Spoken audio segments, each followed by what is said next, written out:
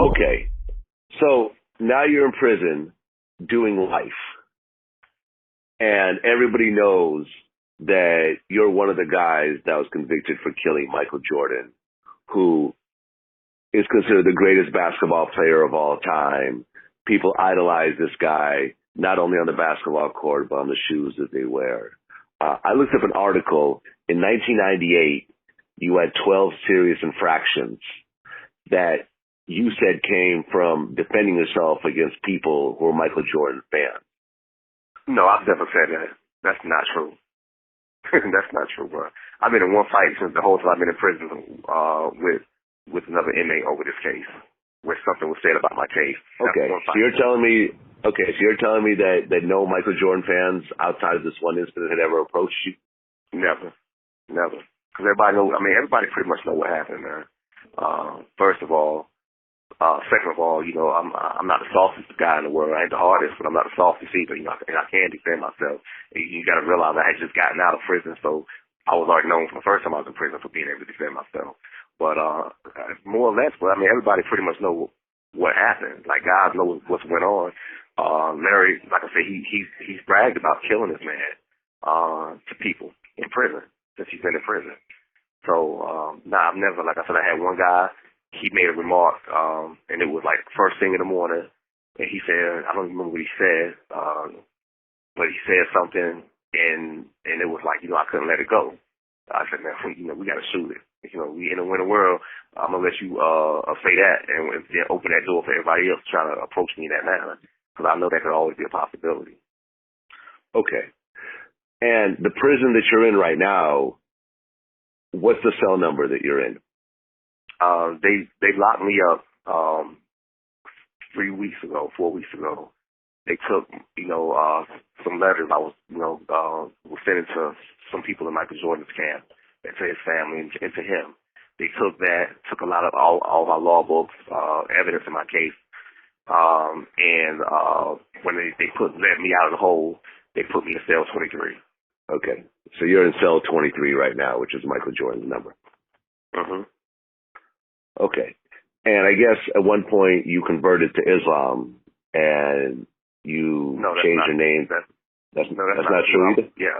No, I was Muslim before I was locked up. And okay. Now I don't practice Islam as an organized religion. I just found there was a common ground. There's a common thread that runs throughout all religions. And that's what I adhere to. When it comes to this case, I think what's been most helpful to me is like reading, Christ's life, because of the way that Christ was, the way that they try to stop him from getting out his message. It's like the same tactics that I like encountered. So from my studying that, I learned about what to expect with this case, and I learned how to navigate and how to maneuver and to try to stay like above the fray, because it's been a deliberate attempt to instigate, Michael Jordan and his family against me by people who were trying to profit off of that instigation, if that makes sense.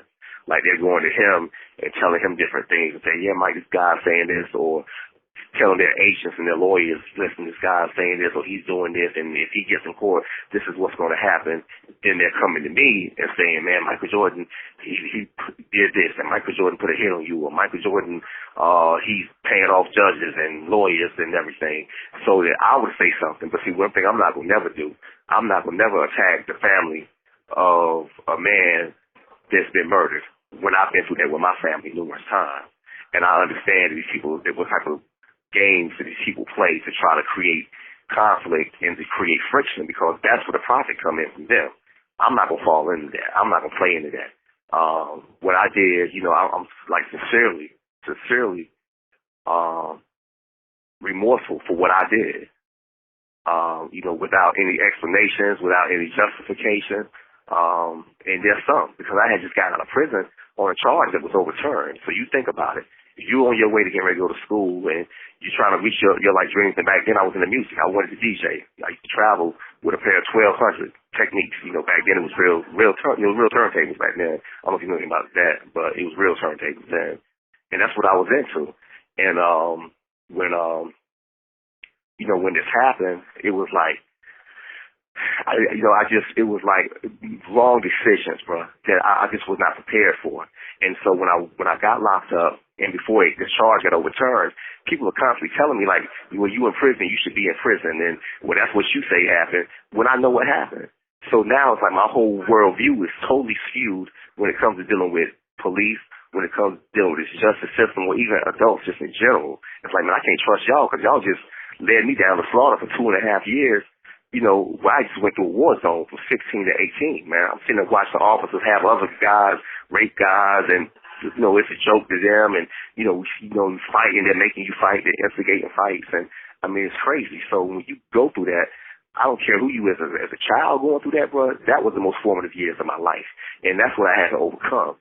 So at this point in my life, I'm not going to ever say anything negative about the Jordans, or about what speculations have been put out, because my thing is, no matter who this person was, he didn't deserve to get murdered. In no, in no shape, form, or fashion.